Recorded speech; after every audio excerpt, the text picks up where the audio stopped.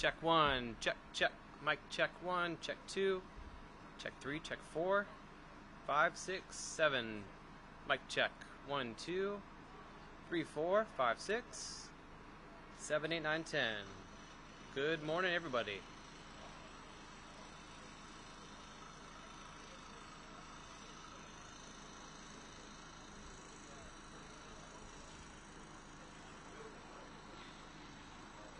What's that? We will, yeah.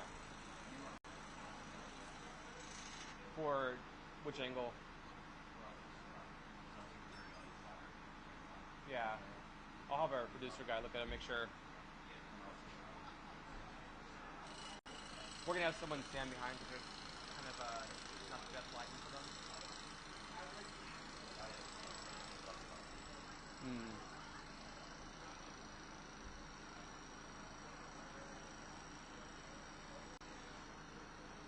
Checking. Final mic check. Sounding good. Audio coming through. Bob's up here. Podium mics. Checking 1, 2. Check, check. Red blimp, blue blimp.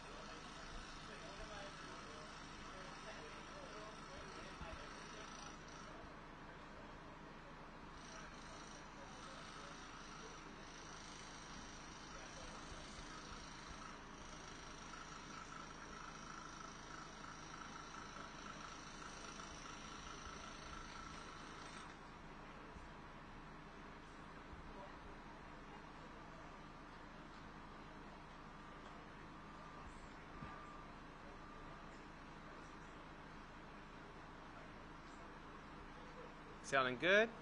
Check, check. 1, 2. Check 3, 4. Mic check 5, 6, 7, 8. Mic check 9, 10. Sounding good. It's a good nod of approval. I like that. Sounds good.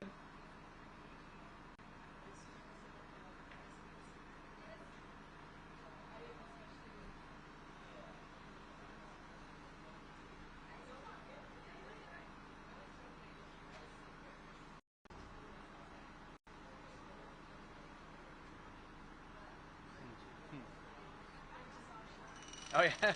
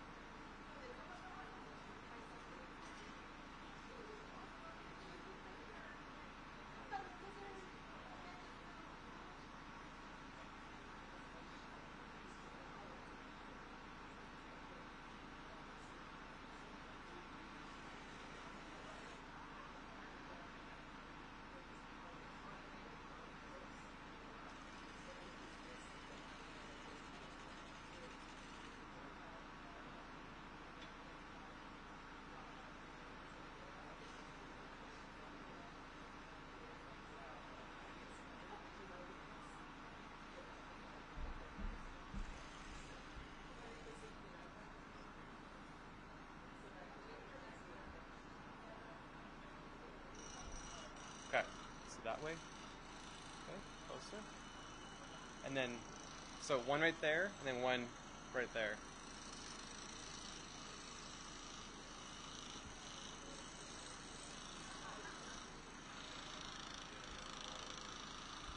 And then, so there and there, right? Okay.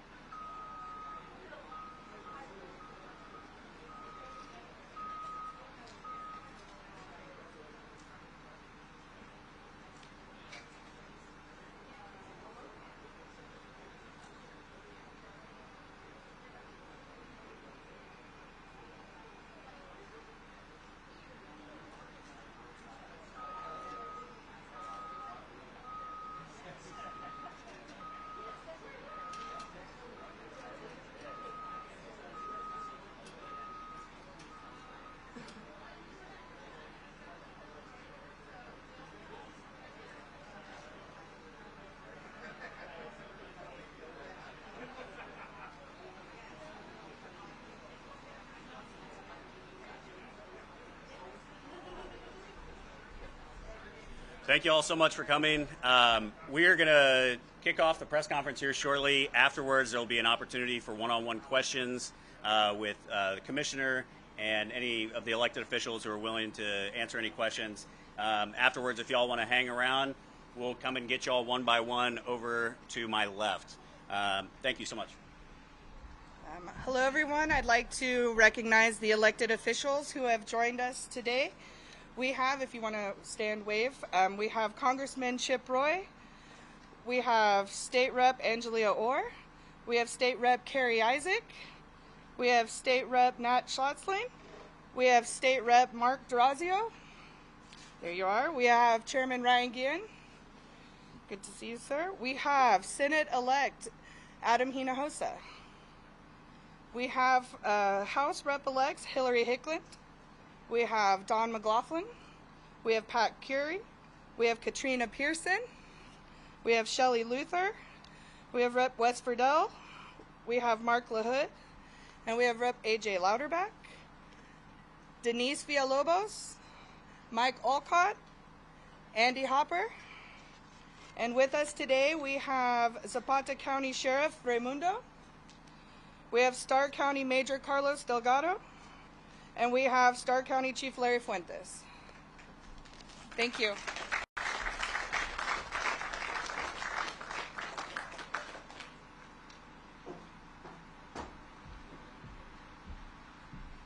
Good morning. Hello, everybody. I am Dr. Dawn Buckingham, your Texas Land Commissioner. And it is a joy and a pleasure to be with you on this exciting and auspicious day. Before we begin, I'd like us to take a moment of silence for the children that we have lost to the brutality of those who have come across the border. Please join me.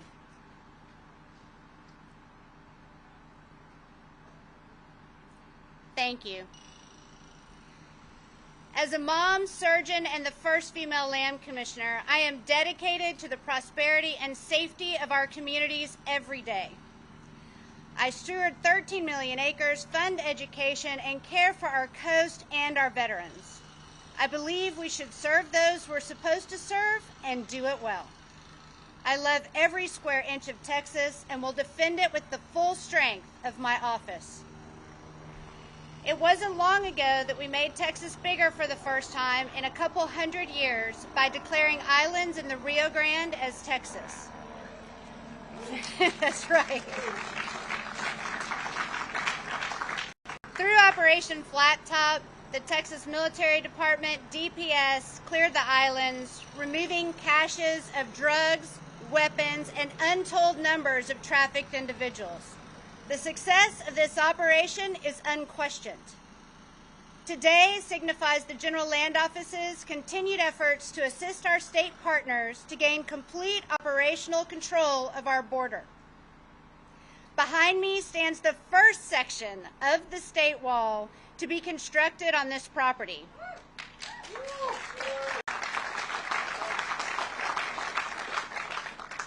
It is my promise to all Texans that as Land Commissioner, I will do everything in my power to stop the pain and suffering that has been happening on this property. The previous owner would not allow law enforcement on this ranch. She would not allow the wall to be built on this ranch. It stayed at the height of all of the violence, the top property for trafficking, for people coming across, for drugs, always in the top section. But that will no longer be tolerated. In less than 24 hours of purchasing this property, we had the right-of-way done for the wall.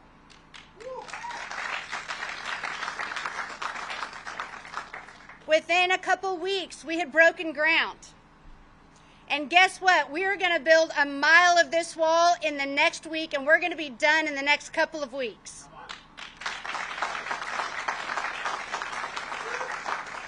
So I say it with love. If you want to get it done and you want to get it fast, Texas knows how to do it right and put a woman in charge.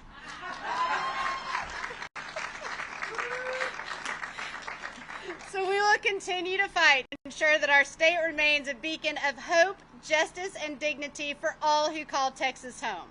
To quote Lieutenant Governor Dan Patrick, "We are witness to the greatest sin of the modern era, the hundreds of thousands of missing migrant children, and the horror they must be experiencing. But the second greatest sin of the modern era is allowing repeat offenders back out onto our streets, permitting them to commit heinous crimes against our sons and daughters. Take, for example, the loss of our own children, like Jocelyn Nungary, Laken Riley, and Elizabeth Medina. No longer will the rape and murder of our sons and daughters be tolerated.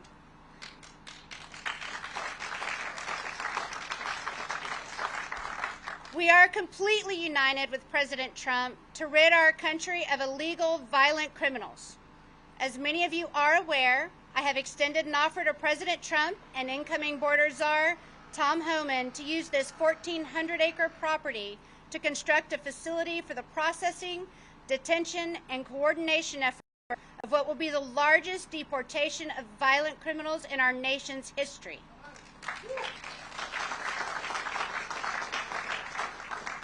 A facility here will be the final stop for processing before these violent criminals are deported. This will reduce the burden on our local jails and keep our Texas children safer. President Trump and Mr. Homan, I meant it when I said that I will do everything in my power to help this administration. And that is why I'm announcing our offer has been extended beyond this property. At this time, I'd like to bring up Jocelyn Nungary's mom, Alexis, and grandmother, Jacqueline. Please help me welcome them.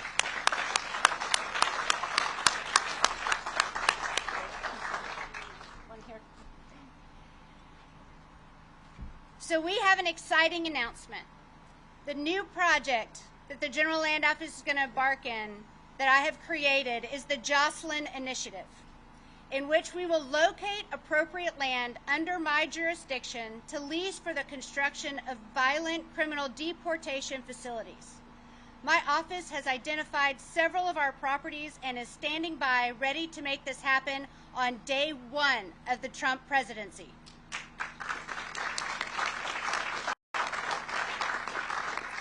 We are going to do everything in our power to ensure no other parent has to feel the pain that Alexis and Jacqueline are feeling right now. We have seen what happens when sanctuary cities release illegal immigrants back onto the streets. The monsters who took the life of Jocelyn have been caught in El Paso, but were soon let out and made their way to Houston and committed an unspeakable crime. Another example is the tragic case of Laken Riley, whose murderers have been arrested multiple times, including for endangering a child. Time and time again, he was released and went on to rape and murder another American daughter. This stops now.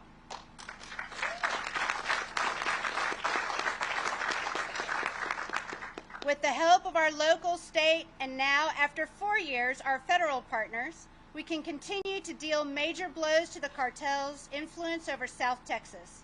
By working together, we will significantly reduce illegal immigration, end the trafficking of deadly drugs, and keep Texas families safe. I'm Dr. Dawn Buckingham, your Texas Land Commissioner. I love my job. I love every inch of this state, and I'm committed to keeping it safe and prosperous for the future.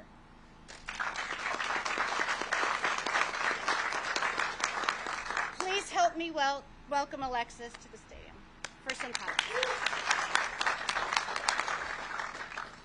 Hello, everybody. I really appreciate Mrs. Buckingham to allow me the opportunity to have me and my mom here to speak in honor of Jocelyn, who is no longer here anymore. It means the world to me to know that Jocelyn has touched millions of hearts, millions of people she's never met, and every day it's a struggle, every day it's hard. Some days are easier than others, but it never takes away the fact that she's not here anymore due to heinous people who were let in this country to do what they did to her. As much as I wish I could change the past and take it back and even take her place. I can't do that, and everything happens for a reason, and there's a reason I'm up here and standing and speaking, because my goal is to get justice for Jocelyn, but to make a change for every other child in this state, in this nation, to not have any more families go through what me and my family are going through. We can make change, and we can do and make a difference. And Jocelyn's voice was ripped away from her, unfortunately, but mine is still here. So I will forever, for as long as I live and breathe, forever shout her name, say her name, and do whatever I can in my power to make her death prevail and have way bigger purpose than what it has ever became. Thank you.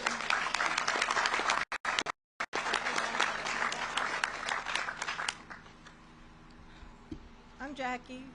I'm Jocelyn's grandmother. I was her Mimi. What started off as my beautiful girl, as our family, has now become everybody's beautiful girl. And the outpouring of support and love that we have received, I could not have never fathomed. You know, my baby always talked about wanting to be famous, and her name is everywhere now. And we're going to do right by her, make sure her legacy lives on. And Ms. Buckingham, thank you for this honor and allowing us to be part of this, because this shows we're taking back power, we're taking back our peace, and we're taking back hope, so that no other families have to go through what our families go through, because this should have never happened. Those monsters should have never been here. And I'm looking forward to the future, because we didn't have a future. And now, hopefully, it'll become brighter, and we can just continue living through Jocelyn and make sure her legacy just lives on. Thank you, everybody.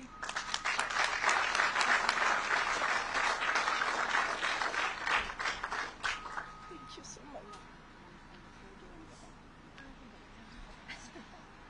Thank you, ladies. I think they deserve another round of applause.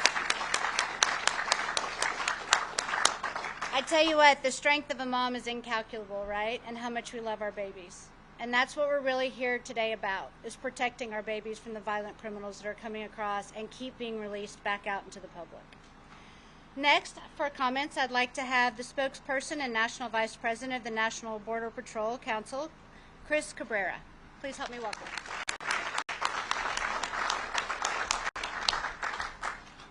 Good morning. My name is Chris Cabrera. I'm Vice President for the National Border Patrol Council. You know, the stories we've heard are all too common. They're happening quicker and quicker, and unfortunately this administration has made stuff like this possible and more common. Something needs to be done. It's unfortunate that we've gotten to this stage, but thankfully we have a new administration coming back into the White House, and we can get back to work. You know, the men and women that I represent are ready to get back to work.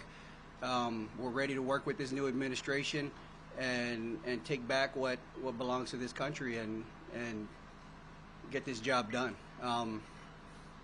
We're ready. I know the state of Texas has done great things. They've stepped up and done what the federal government has failed to do. As a federal employee, it's kind of a thorn in my side. It's kind of embarrassing that the state has to come in and do our job. But as a Texan, I'm very proud to see that the governor has stepped in and done what needed to be done. And you can always tell he's doing the right thing when the administration is trying to stop him, trying to sue him for doing what should have been done in the first place. But rest assured, the men and women that I represent will be ready come January 20th to get back to work and do what we need to do to get it done. Thank you.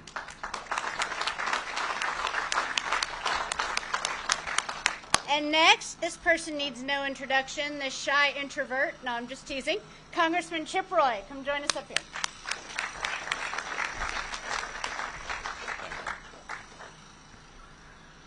Well, good morning, everybody. Had to check what time of day it is. Dawn, thank you. Thanks for your leadership.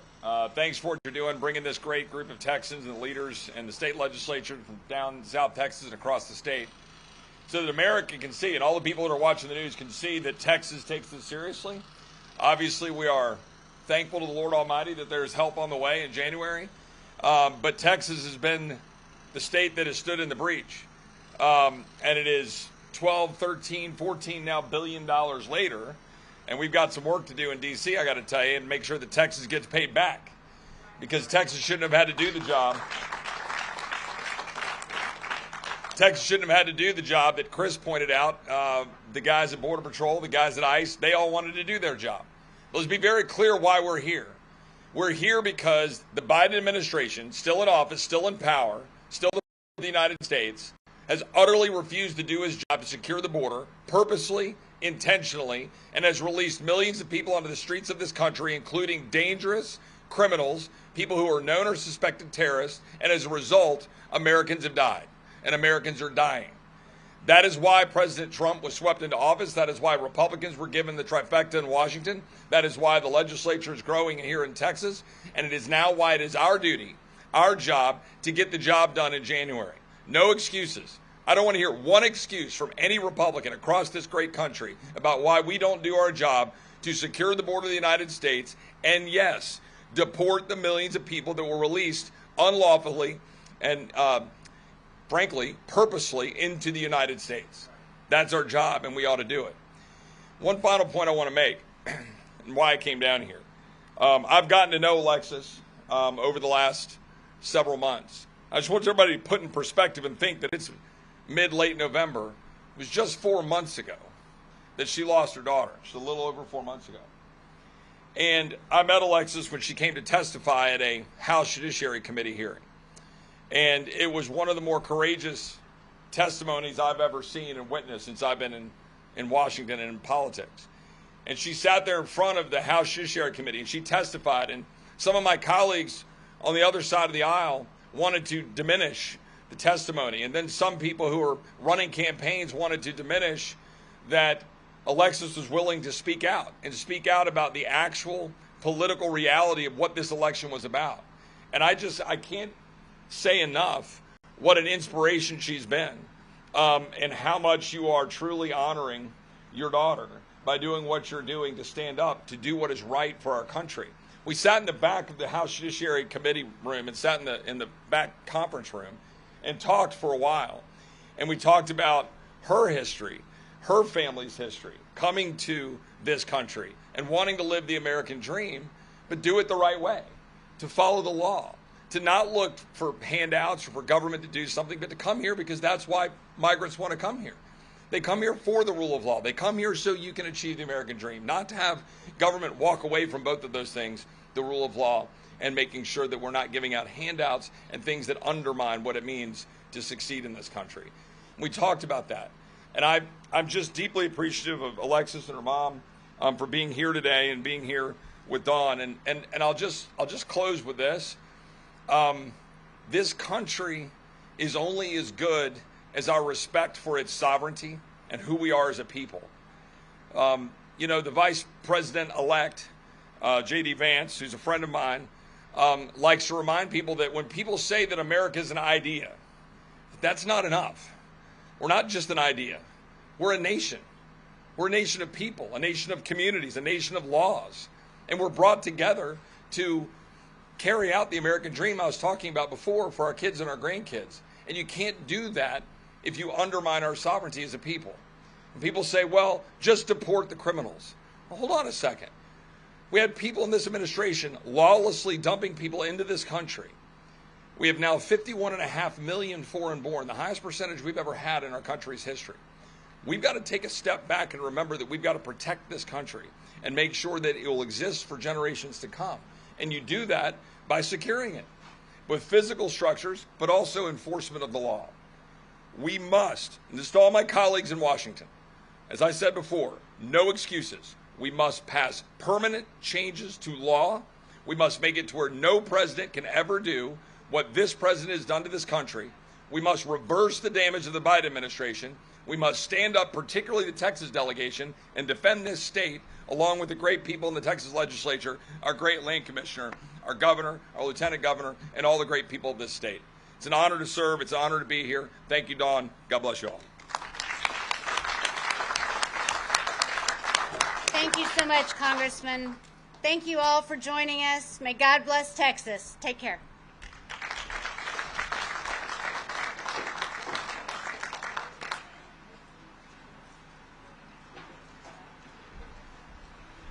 So again, for one-on-one interview questions, if y'all want to line up along this fence here, we can pull you guys in one by one. Thank you.